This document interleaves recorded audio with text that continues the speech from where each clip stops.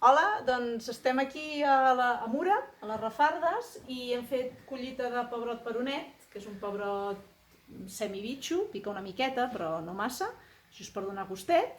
I tenim aquesta màquina compartida entre les Rafardes i Esporus, que és per netejar, ens la van fer a Mallorca, i és per netejar les llavors. Bueno, nosaltres la fem servir per aubergine. Engeguem la màquina, no té massa.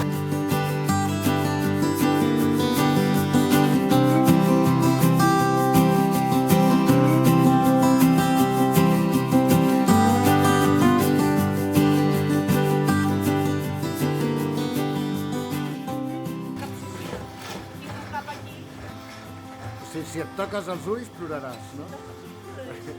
Aviam, fem un vídeo dramàtic. El drama de les... És una màquina per bufar i, bueno, per separar el que en diuen els catalans no agrada la palla.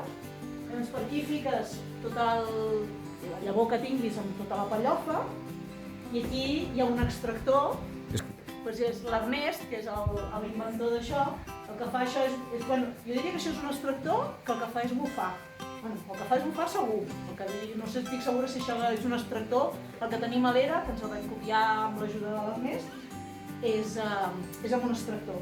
I llavors per aquí bufa l'aire i per aquí va baixar la llavor.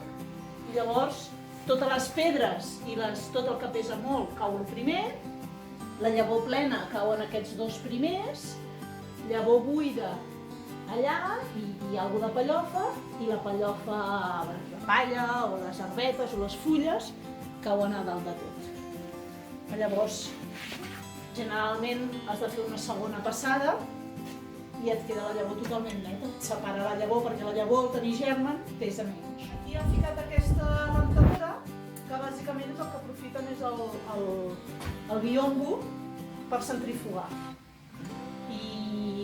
I sé que ells ho fan, jo no l'he fet servir mai, però sé que fan servir per llavors de carbassa i de carbassó.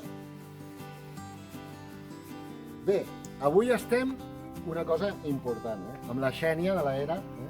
Penseu que jo no en sé tant de llavors com vosaltres, però jo em vaig desvirginar amb ells, amb l'era, i la primera parada de llavors tradicionals ja fa molts anys, ja farà més de 10 anys segur, la vaig veure en una fira, no sé si l'Ecoviure o no sé què, aquells sobrets carbasses que no sé si encara els teniu carbasses, Sí. doncs els mateixos, veia que tenia una col·lecció de varietats amb noms, doncs no sé, no me'n recordo quines hi havia, la mongeta del metro, el pebrot de no sé quin pagès, i va ser com un descobriment brutal, i em veu posar el cuc i ja no he parat fins ara, o sigui que per mi, no sé, explica'm una mica qui són els pioners de les llavors tradicionals, si vols, o...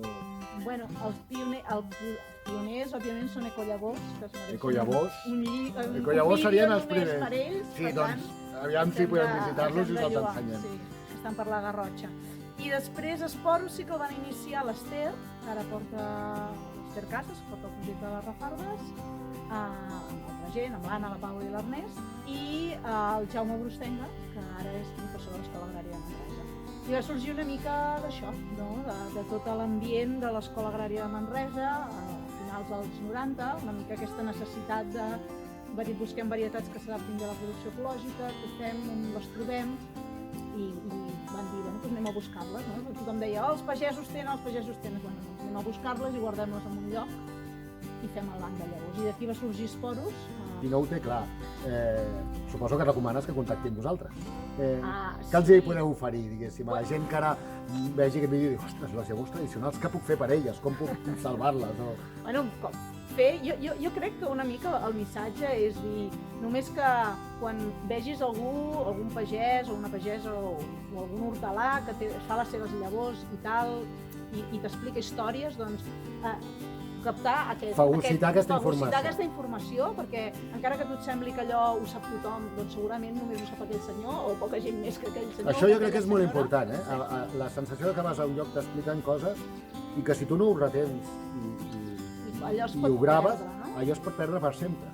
Jo crec que això és el motiu principal perquè fem això de les llavors, no? Segurament. Segurament, no? És recuperar aquest, bueno, que dèiem abans, aquest saber tradicional, no? Llavors, multiplicar-se les llavors i fer-te-la una mica teva, la veritat. Sí, no una et faci mica por de recomanes robar. més anar a buscar llavors a pagesos que comprar-vos-les a vosaltres, fins i Tant, tot? per suposat, Això em sembla interessant. O sigui, comprar llavors als que feu llavors és estupend, perquè ajudes a Meravellós, projectes i ajudes i va a- molt bé. Ara, si trobes llavors que no veneu vosaltres, encara jo crec que Encara és millor, més collonut. encara millor. I si quan les has fet et funcionen, t'agraden, la història és guai, a darrere hi ha un pagès que mola, una pagesa que mola, i ens ho vens a explicar, doncs llavors ja és el... Què en penses? Perquè a mi em va passar al principi, i no sé, ara et demano l'opinió, em passava que quan vaig descobrir-vos tenia ànsia de col·leccionista.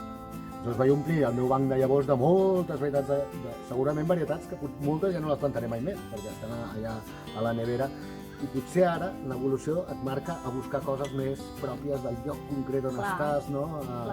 Potser sí que t'has de desvirgar, no, que deies. Sí, Vaig perdre, doncs t'has de desvirgar una mica amb la feina fàcil, no? Bueno, ja tinc el sobret i provo, però després també, al final, hi ha moltes varietats que dius aquest sobre el vaig comprar, el vaig provar un any i no l'he tornat a fer. Fora. Fora. O no t'agrada. Si no l'has tornat a fer, per alguna cosa Clar. és, no? No et preocupis, ja n'hi hauran, ja vindran.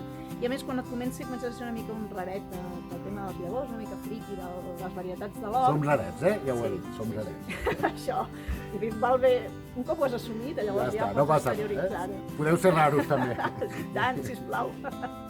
I llavors, aquestes varietats, doncs ja tu ja vas, ja generes converses entorn a això i llavors et van apareixent. les I també hi ha el gust varietats. personal, que em sembla interessant. Els Clar. pagesos, quan seleccionaven les llavors que ens han arribat ara, es basen en moltes generacions de gustos personals.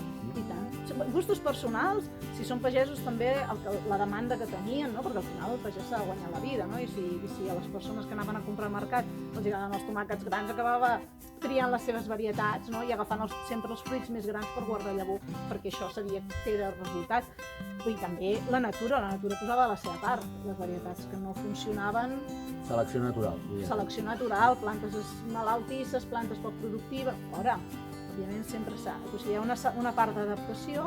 Per tant, si aneu a pagesos i pageses que teniu al voltant, aquesta feina ja està feta i aquelles varietats estan adaptades, us funcionaran, perquè si li funcionen els del costat, Clar, difícil és que com més a prop millor, Com més a perquè prop, és com més semblant al teu local. clima, una cultura semblant, en principi. El sol també és probable que sigui més o menys el mateix i a més a sobre tens alguna fantàstic, és que si alguna no et funciona, vas i li vas a plorar a qui t'ha donat la llavor, no, la varietat, i ens t'explica, no, l'has d'encanyar així, no, és que les primeres regades no reguis fins que tinguis flor perquè si no es podreixen. Vull dir que moltes vegades no et funciona no perquè no estigui ben adaptada, sinó perquè tu no tens aquesta, tornem-hi, informació cultural de no és només com